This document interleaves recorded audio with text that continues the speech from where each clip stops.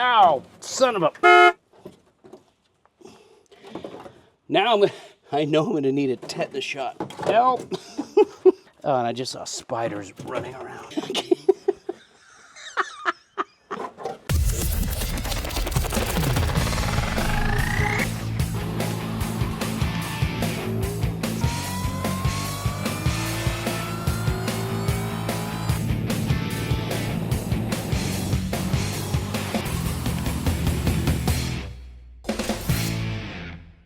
Hey everybody, welcome back to Paintucation by Kevin Tetz. We are back on the garbage Camaro, and nobody wants to see this thing come to life more than me. I am absolutely stoked about this project.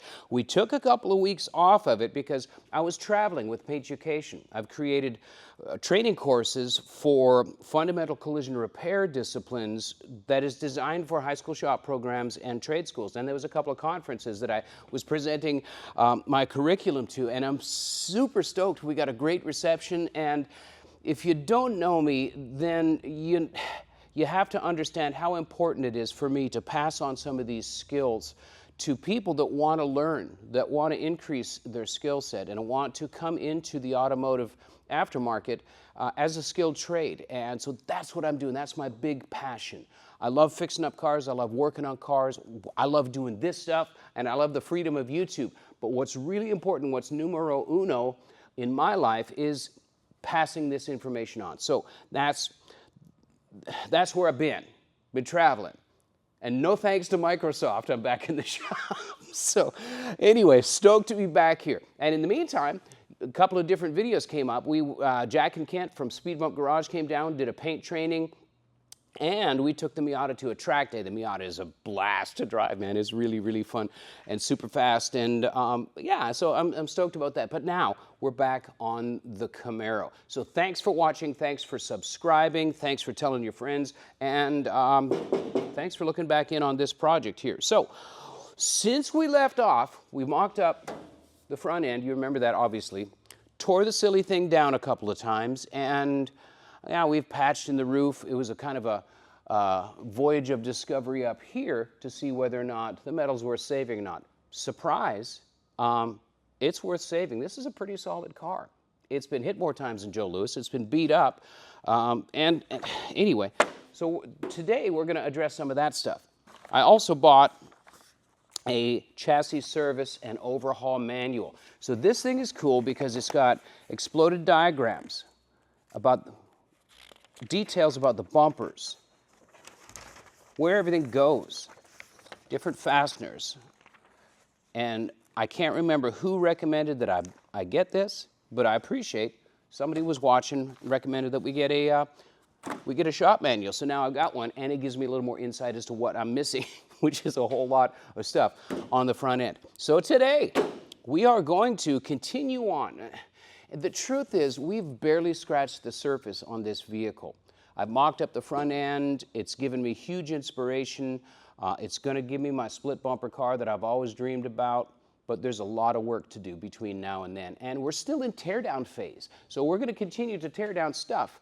The ginormous elephant in the room is this right here, and it's puckered up and buckled right here. And if you remember, even though the driver's door fit really well, it's goofy in alignment with the hinge pillar on this side. So you got to peel the stuff back. You got to peel the layers back to see what the damage is. Otherwise, we end up caking it full of mud and trying to patch it from the outside in, when the truth is it's got to be fixed from the inside out. So that's the goal today. We'll get it tore down. We'll get a better look at all the stuff, try and analyze the damage, and see if we can get the door to fit. Bunch of stuff on the inside that has to come out. These unbelievably heavy, really unfriendly doors have to come out of this car. And we've got the shifter, headliner, sun visors, dash got to come out, steering column's got to come. I got to get this thing stripped bare naked in order to see what's going on with the sheet metal. Got an oil can right there, so we'll take care of that. But for now, I'm going to herniate myself and get these doors out of here. Holy. Okay.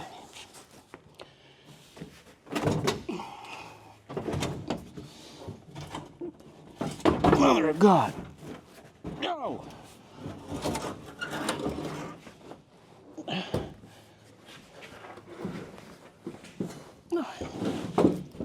Ass. All right, so you might think I'm exaggerating, but these are heavy. I ran into this with Zed sled also. And by the way, a freaking framing nail fell out of the door. How did it get? I'm going to weigh this door. I've got this bathroom scale. And I'm going to show you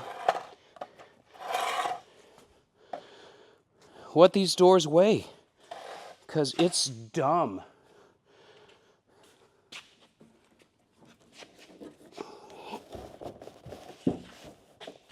Okay. And you guys on the web, you might know what these weigh already. I don't.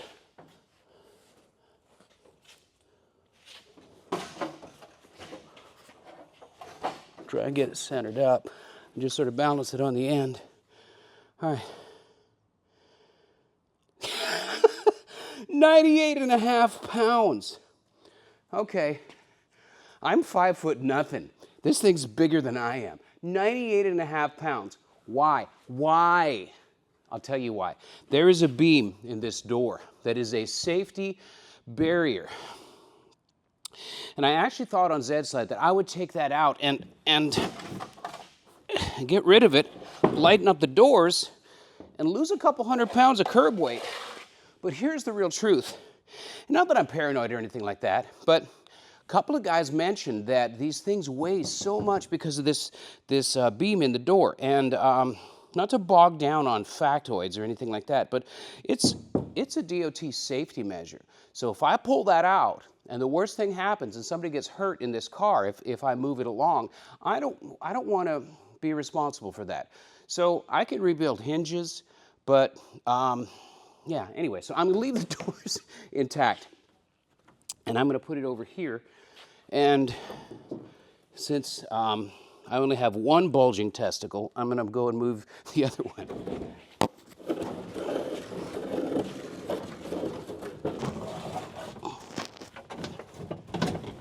There's a lot of plastic in these cars, the dash and stuff, and I don't want to break anything because that's stuff I have to buy. So I'm going to try and be gentle with this door.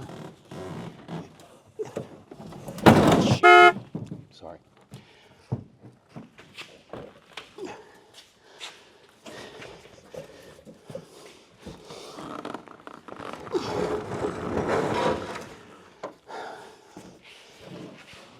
Ooh. 5 minutes in, I looked like I went pig wrestling. Okay, all right, so now in here, I'm not going to just start ripping stuff out. I am actually going to do the thing that I say to do, and I'm going to bag and tag fasteners, but I've got to get some bags and get some light and some drill drivers. Get rid of these that are still good. And I'm going to keep talking because I've had way too much coffee.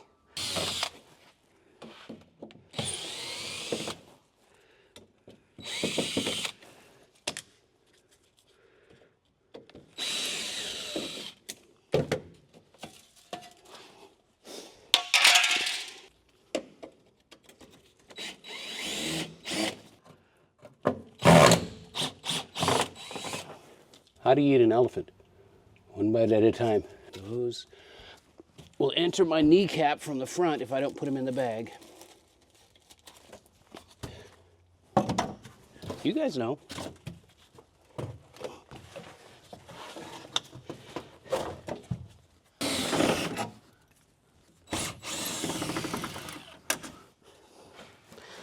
So I don't know if you've ever had this happen.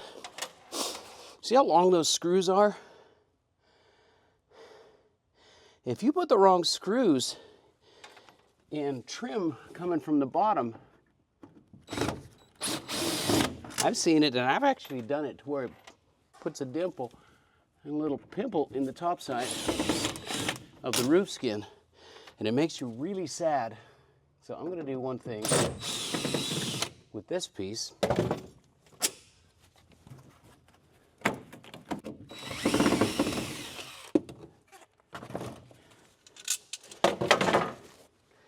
And I'm going to tape all of these guys to this actual trim piece.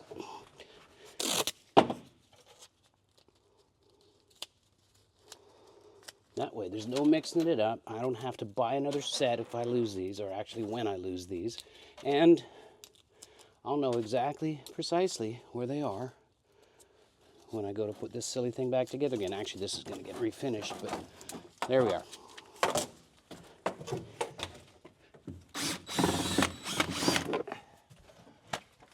Ow.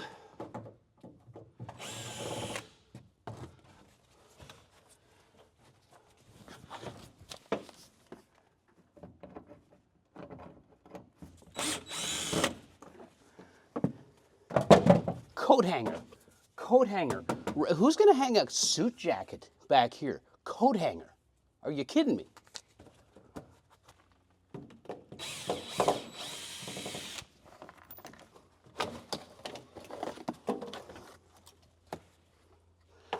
Those are in nice shape. I bet I could just clean those suckers up and reuse them. The plastic is still supple. They're not broken at any of the ends. So I'm stoked. We're going to take a look at the odometer of this car later on, and I have a feeling that there's relatively low miles on this actual car based off of some of the clues. Anyway.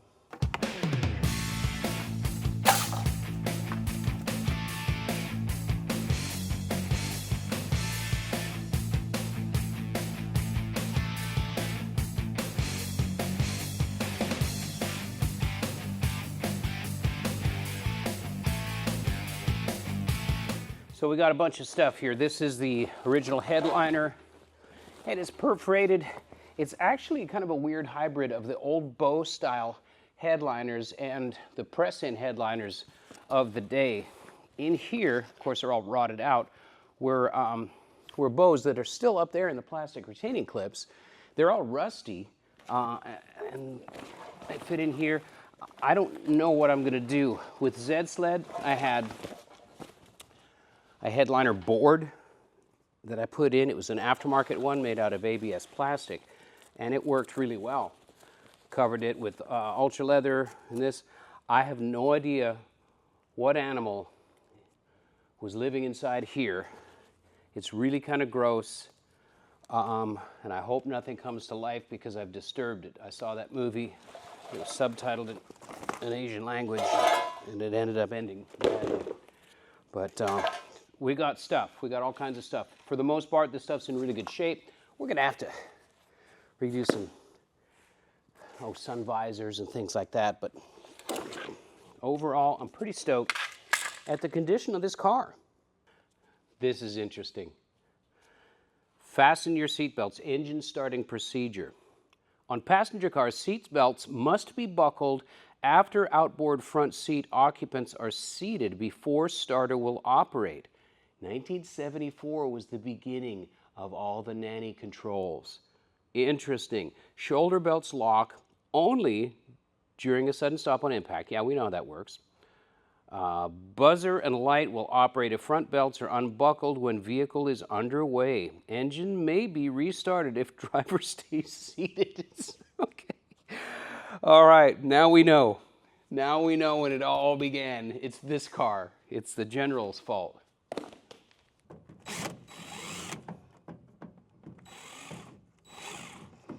Come on, get in the hole. There we go. Alrighty then. I'm going to keep the shoulder harnesses, so I want to keep these guys. I don't want to break anything. So that comes loose. That stays where it is, and we look at these guys. This is the retractor. These seat belts, I think they're 74 only. You guys can correct me, and I'm sure you will. But I think these seat belts are single year, and they've got a goofy mechanism here. And of course you can see the wiring harnesses leading to everything. Yeah, I'm not sure how much of this stuff I'm going to actually restore. I might go to an aftermarket seat belt system to where I've got a good 3-point harness, but it's interesting. Yeah, you can see all this stuff here. That's all part of the button mechanism inside of the seat belt.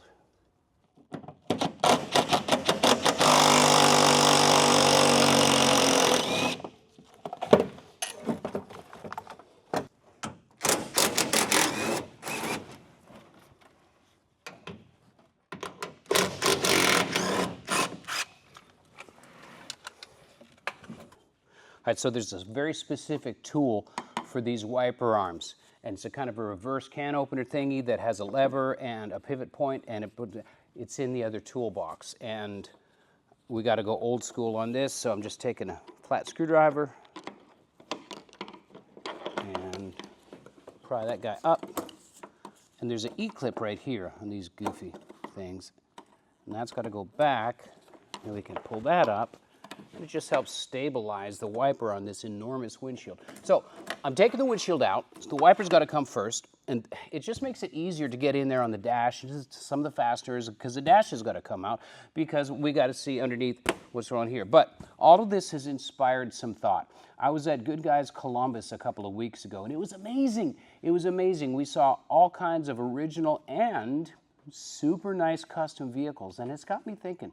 And I'm a paint and body guy, but I love a Survivor.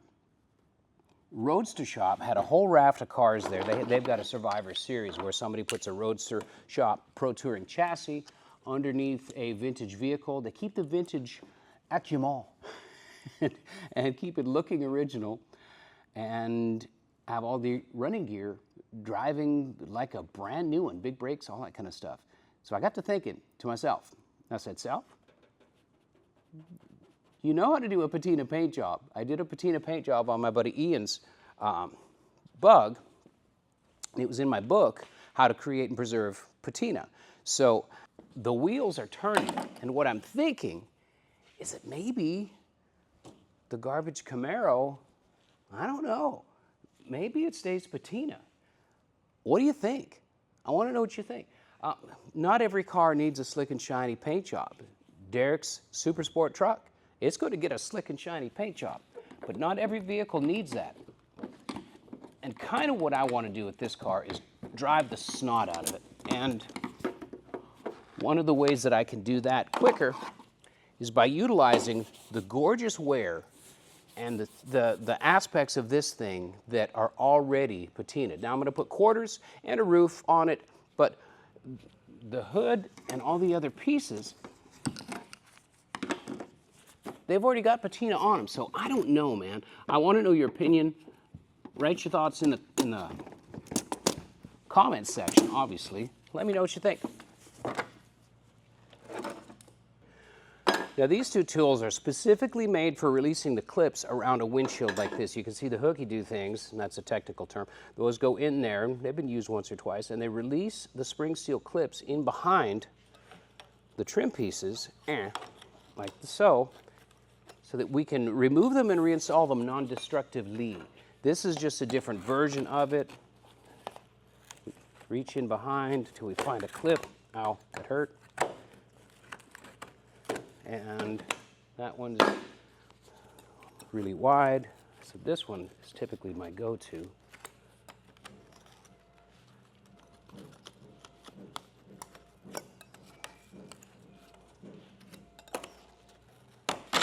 And it's just as simple as that. Super easy. And the truth is, the vinyl top is not my friend here. It's causing me. There's a clip. Oh, found one.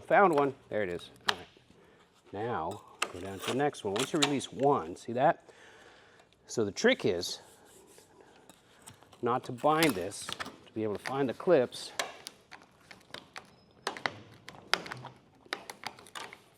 Are you kidding me? And not get the tool stuck. Release the clips as we continue to have tension. There's one. Ah, there we go. See that? See, look at that. Look at that. Now, yeah, see this? I'm going to call not my fault because the vinyl top is literally pinching the clips into place.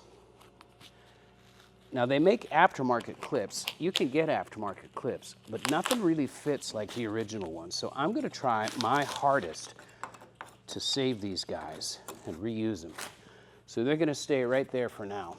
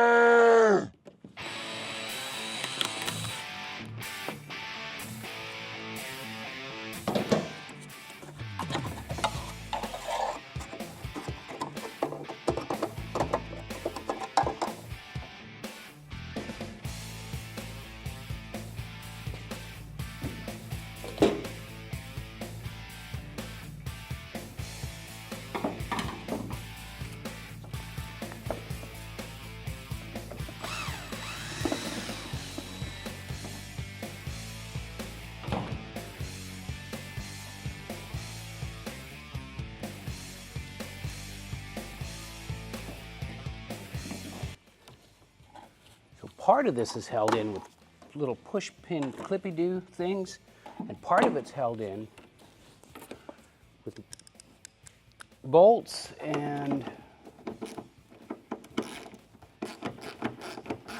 it's like an Easter egg hunt.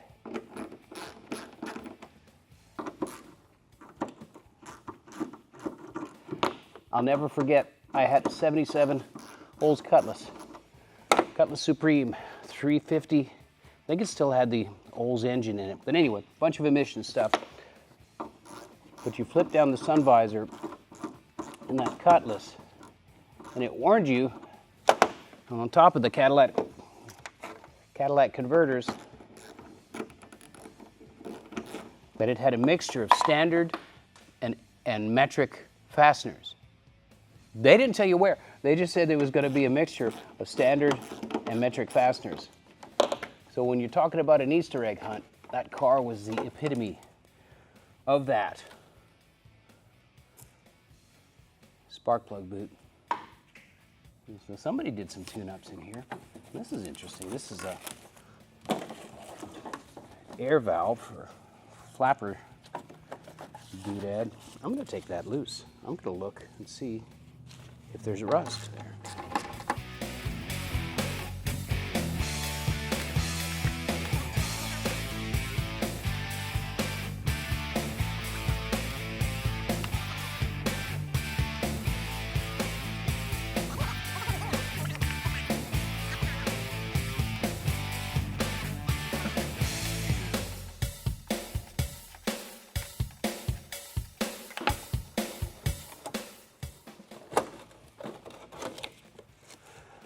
Ah, okay, so it's vacuum operated. There's an actuator right there. Oh, look at that. What am I doing? Ah, it's terrible. No, so it's a test, right? The thing, it still works. I don't know why that's relevant, but it does. Cool. All right. Now, I'm going to introduce you to my little friend.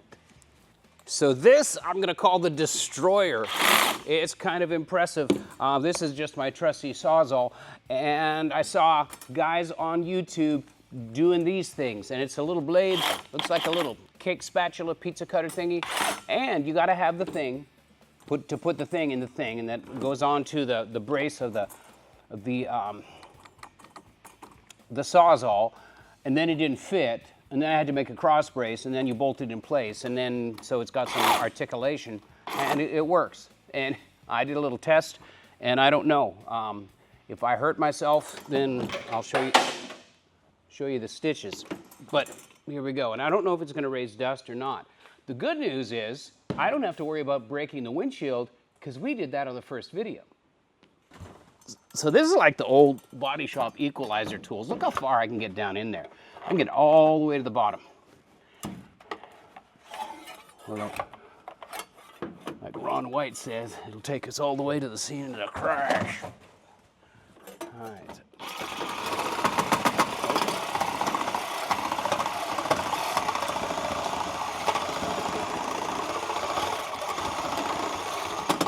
Oh.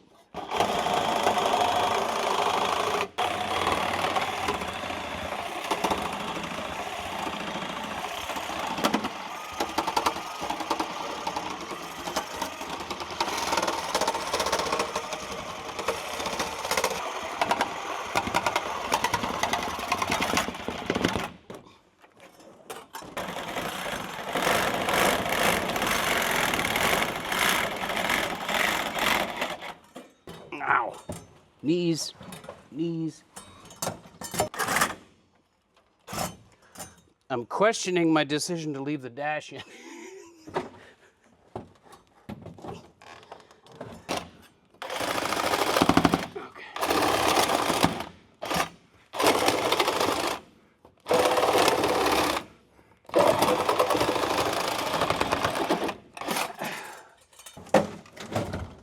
Ow, son of a...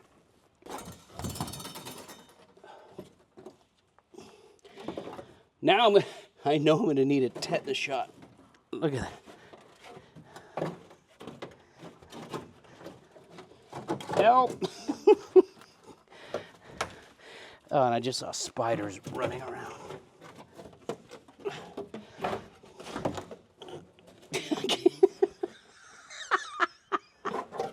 That's so stupid. Come on. Ah.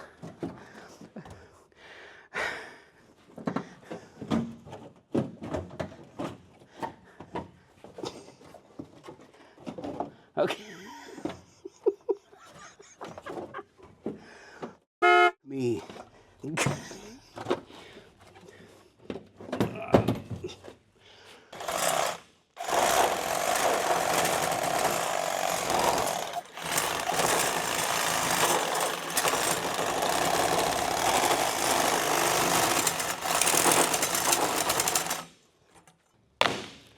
We're almost there.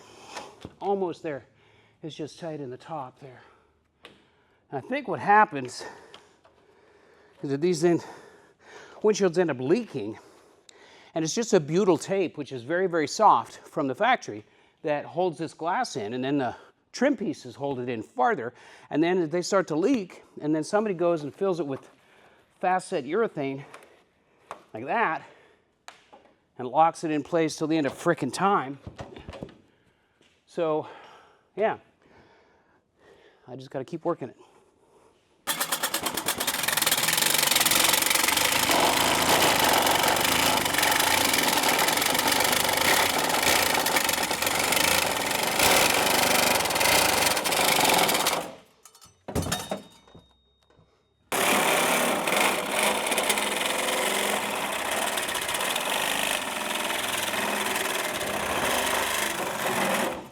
There it is. Yep. Alrighty. So that was much easier than the old windshield rope trick. So far, score is Kevin 1, windshield nothing, tool 1.5.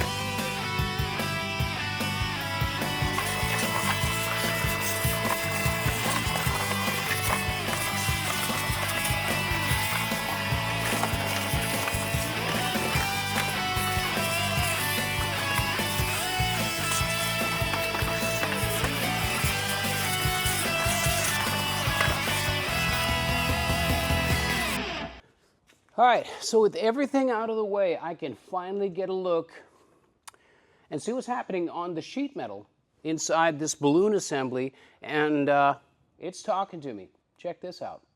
With the dash out of the way, we can follow the metal piece here, and this is fairly rigid. Down here, look how it starts to hump up here. Obviously, it's not flat any longer. That's not the design of the car. That's pressure, and it's pushed up there, which means it's pushed in here, and it's action reaction. Push in this way, pushes it up there, tells me that it's compressed. Right here, you see that seam? I'm pretty convinced that's supposed to be flat. So this brace right here, spot welded in, this is single wall sheet metal, this is heavier gauge, and this is going to hold still, and that's going to fold around it. So I think that's what's happened. And it correlates with where it's all goofed up right here. All right, so here's another interesting thing. I didn't unbolt this lateral brace to the hinge pillar. If you follow it up here, look at the alignment of the bolt holes. That's interesting, isn't it? So I took the bolts out, and it was already sprung. So that means there's pressure going that way, which is what my guess was, that this hinge pillar is out of alignment. So let's look a little farther or further. Down here, this is right next to the rocker. You see how that's kind of rounded right there? Yeah, that ain't good. And there's no gap.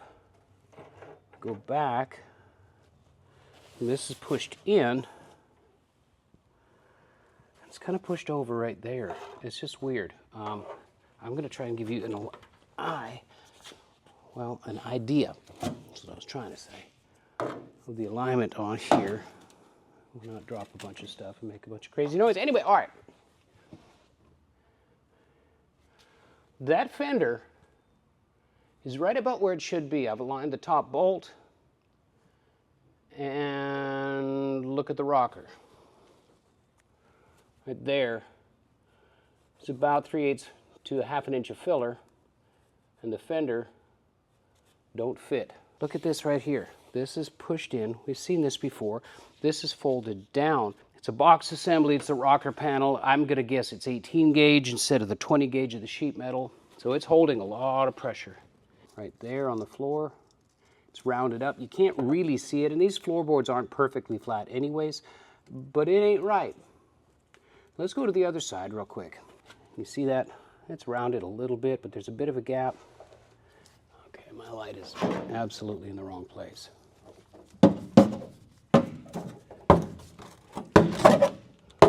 Up into the corner. It's pretty good. There's a separation for the factory seam sealer there. And this, the inner rocker here doesn't look pushed in this way. The floor, again, like I said, they're not perfectly flat. This one's gently rounded over, and it looks even from here all the way up. So I had a long conversation with my buddy Ricky Gray. Ricky Gray is probably one of the best realignment guys that I've ever seen in collision repair, and I respect his opinion, and he's really good at what he does. So he says that I can cut the outer rocker out, which is going to relieve a bunch of that stored up pressure, and I might even trim some of the inner rocker. I'm going to try and leave this hinge pillar intact, and what that's going to do is relieve pressure here, so then I can get in with some hydraulic equipment and push it out that way. And we'll know pretty quick if it works.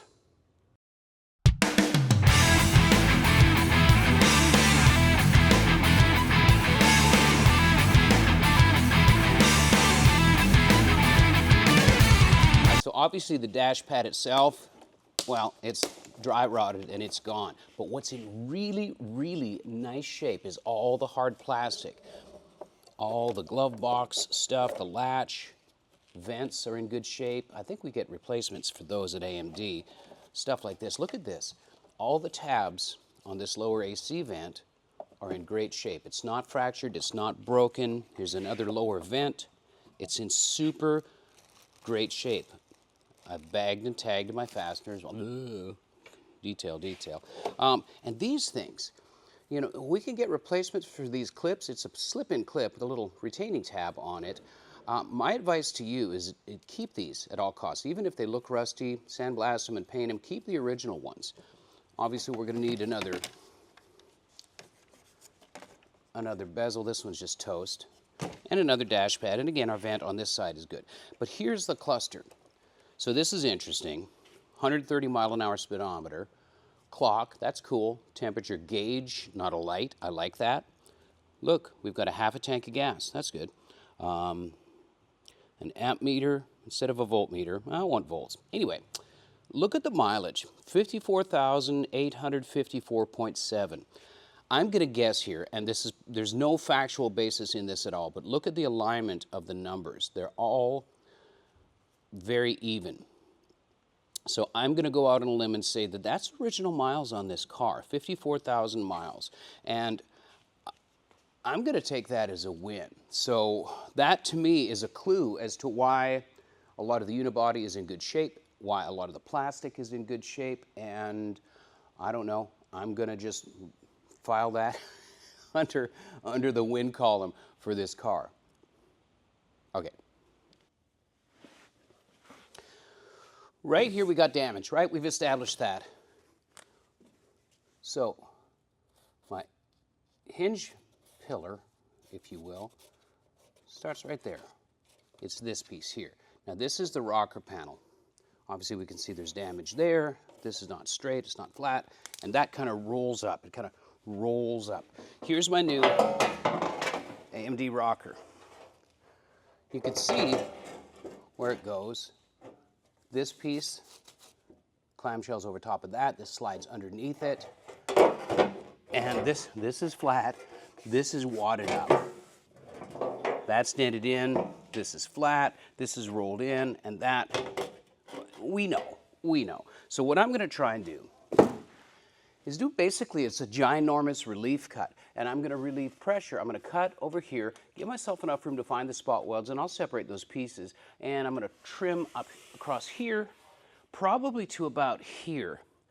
And I'll leave the rest of this intact. I don't know if I'm going to put the whole rocker in or scab it in. It depends on the condition of the inside. On Zed's sled, it was all rusty, so I ended up putting a whole outer rocker skin on it, and that was the best thing to do. But we're going to figure this out, and I'm going to release some pressure, and then we can talk about how to realign this stuff. So, got some cutting to do.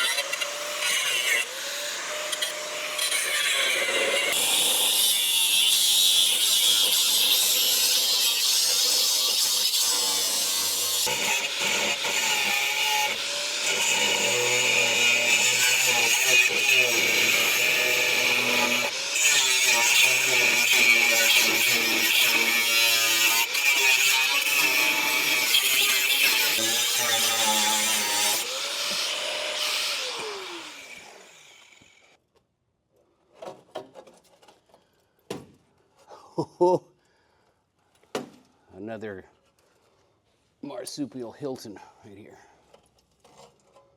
Gross, man. I don't want to touch that. Ew. All right, but here's the real story. Remember how my theory is that this is a low mileage car? Look at the quality. That's still the factory primer under there. A little bit of corrosion right coming through there. But that's the inner rocker. It's in nice condition, Can you see back in there?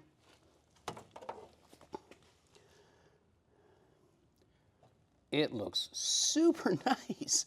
I'm very, very, very happy with that. So as we look further, now we can see, yeah, I can see the extent of the damage. There's an inner brace right there.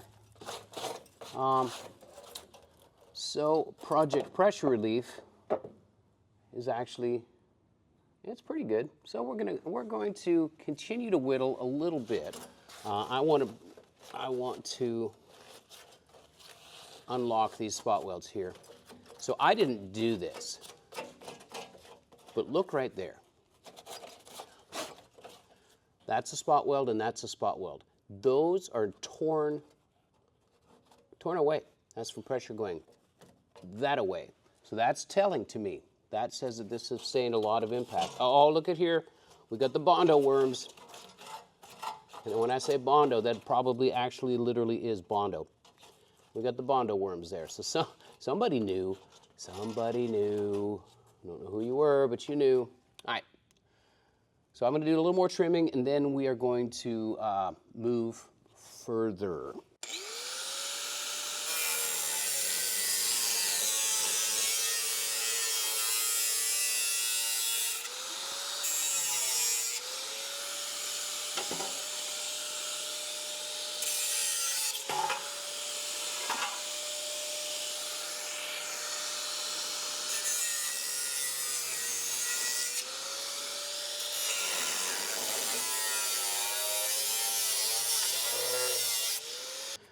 So this box section is gone. This hopefully will be a little bit more malleable.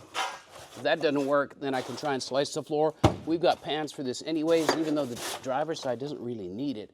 But I can relieve some pressure between the floor pan and the inner rocker and allow it to do that. All right, so now we set up the hydraulics. Isn't this fun?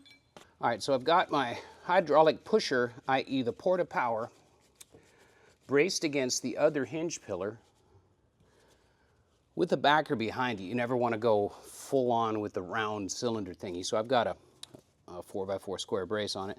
And this is literally pushing against the bottom part of this guy here. So what I'm going to do is just do a couple of pushes and just to see what I get. Uh-oh. What I get is a hydraulic leak. And we have more hydraulic leak. All right. And we still have a hydraulic leak. All right, after further snugging, we now have a seal.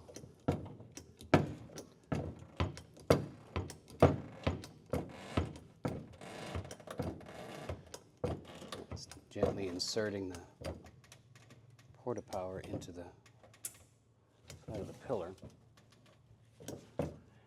Trying to see if I'm seeing any movement here. I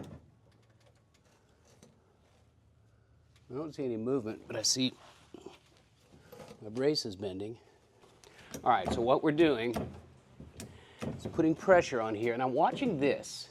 I'm hoping that is going to straighten out. I think I've got a pretty good leverage point. So I'm putting pressure on it. Watch that. Yep, it's flattening out. All right, so I'm hoping I don't distort the other hinge pillar. And I'm also looking at, oh yeah, I'm looking at the two holes there. So that tells me that things are coming back into alignment. That pop is not a bad thing. So what we're going to do now is let it off and pump it back up and let it off and pump it back up and let it off and pump it back up, because this is the reason that we want to do that. What we're doing is waking up the molecules. I know this action is getting what I want. It's getting the repair. It's getting the pillar kicked out. But if I just do one big man pull or push on it, there's a good chance that it's just going to pop right back. If I wake up the molecules of the metal in all these points, it's a good chance that we can wake it up and ask it nicely to go back to where we want to put it. So I'm going to try this again. Let the pressure off. Come back up.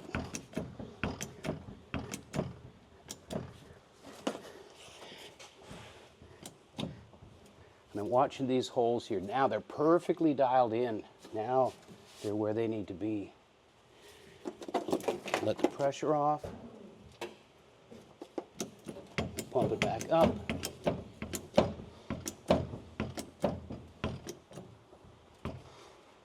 Let the pressure off again.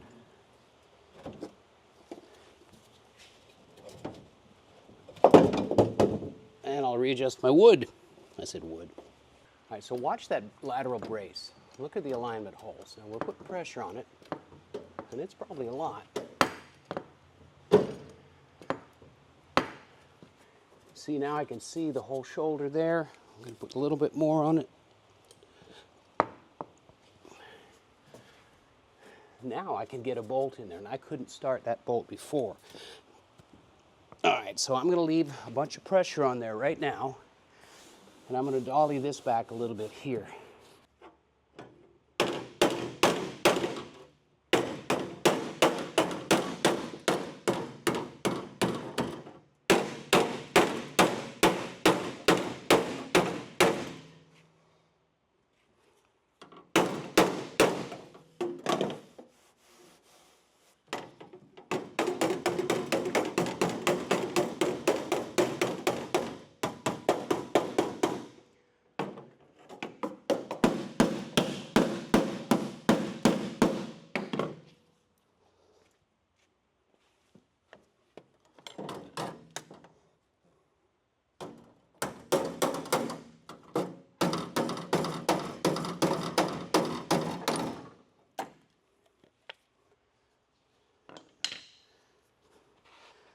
All right, so now we'll see if that held onto any of that shape. We're going to look right here. It's coming back.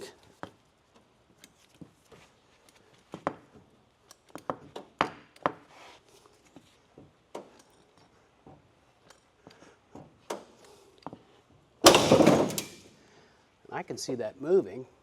I think we slipped out of our pocket there. But look already here. There, there's the rocker panel. Now look at the new position of our hinge pillar. Look how offset it is. That's what we wanted, man. We wanted that to come back out.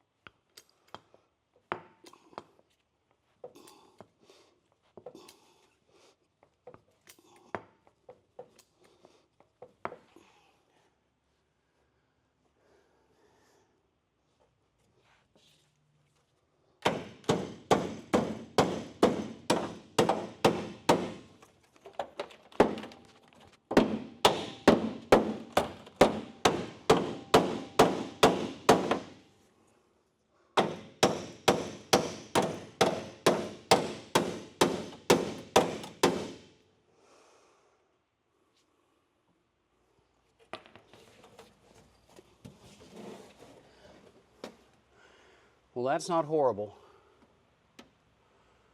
It's not horrible at all.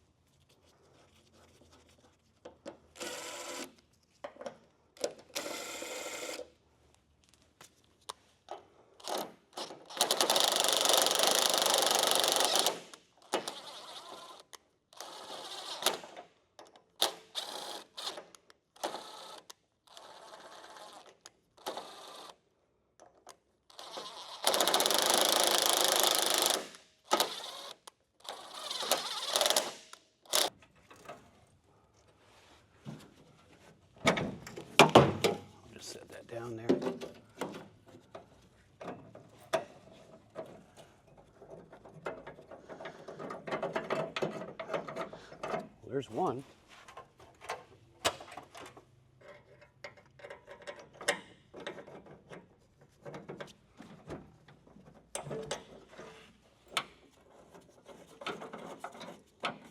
Unbelievable. It actually caught.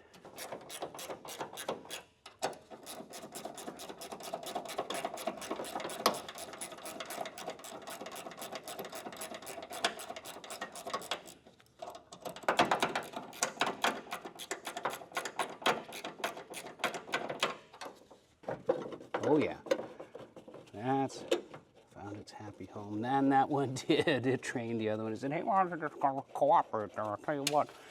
And then we put the third one in. And I have no idea what the alignment is going to be, but I'm going to go by the witness mark down there. And this is a gentle snug.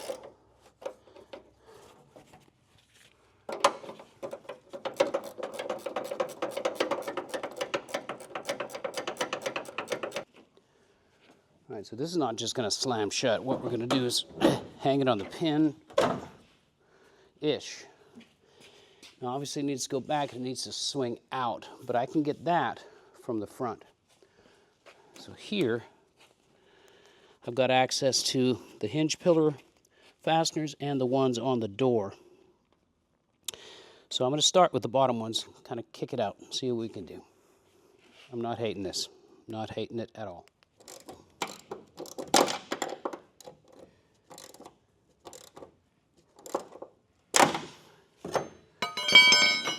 Snug the other guys.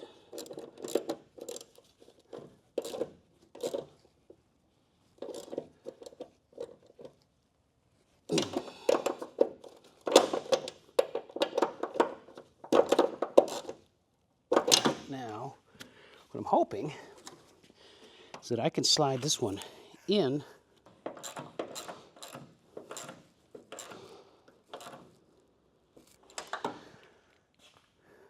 What I'm going to try and do now, when you look here, this is kicked out at the top.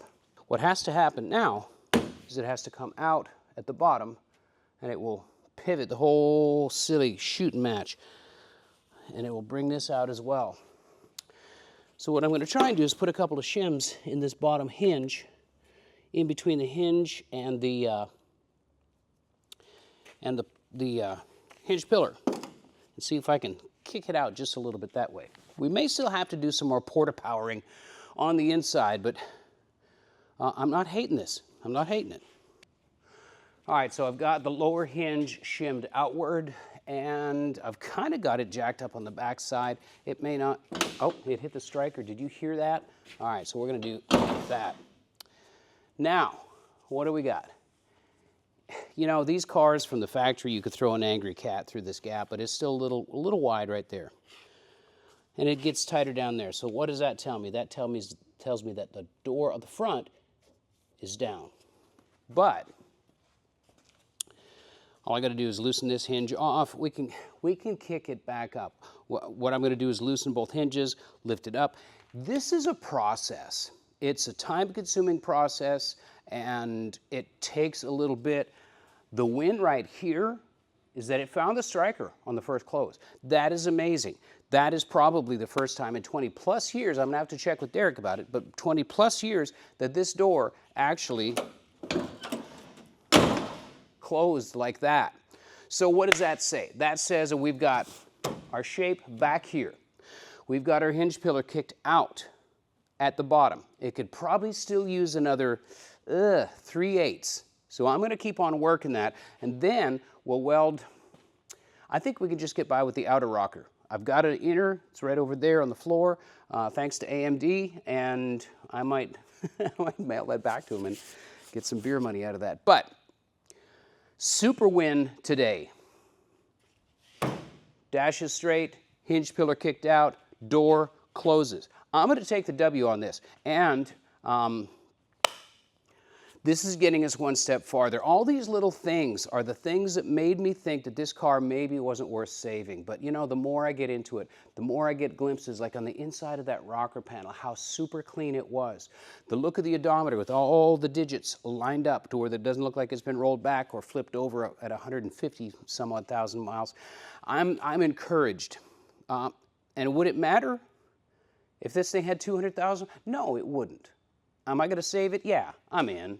I'm committed. But these things are tiny baby steps that are getting us towards having everything lined up again, and I'm super stoked. Anyway, so I'm going to take the win.